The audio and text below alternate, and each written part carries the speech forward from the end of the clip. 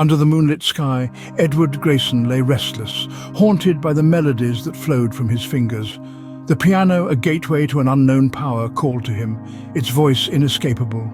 The next day, Edward's resolve wavered. The urge to play, to understand the piano's mysteries, was overwhelming. He decided to experiment, to learn the extent of his newfound power. This time he played a soft, uplifting tune. Outside, a group of sullen passers-by began to smile, their spirits lifted. But as Edward's confidence grew, so did his fear. What if this power was more than just influencing emotions? What if it could harm? Determined to uncover the piano's secrets, Edward delved into his aunt's old journals. There he found mention of an enigmatic figure, a composer known only as V. Lestrange, whose music was said to hold otherworldly power. That night, Edward attempted a piece from Lestrange's journal, a melody that seemed to call out to him. As he played, the air around him shimmered and he felt a connection to something beyond understanding. The music was not just a manipulation of emotions, it was a bridge to another realm. But there was no response, only the echo of the last note hanging in the air.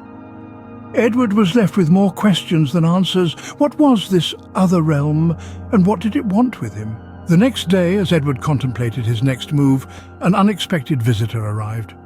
A woman, claiming to be a historian, had heard of his performances. She warned him of a dark legend surrounding Lestrange's music. "Mr. Grayson, you must stop playing that piano. Lestrange's music was said to open doors best left closed. It's dangerous." Before she could answer, a chilling wind swept through the room, and the piano keys began to move on their own, playing a haunting melody. Edward and the historian watched in horror as shadows danced around them.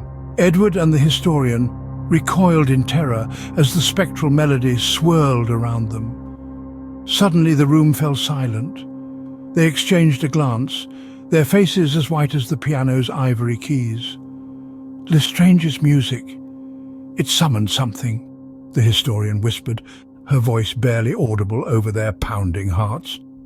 The room was filled with a bone-chilling coldness as the piano keys began to move again, this time faster, more frantic.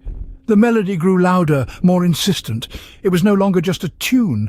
It was a voice, a cry for help, a warning. Edward felt a shiver run down his spine. He knew he had to stop, but the music was too compelling. He had to finish the song. Just as the final note hung in the air, a figure materialized in the room. It was a ghastly apparition, its face twisted in a silent scream.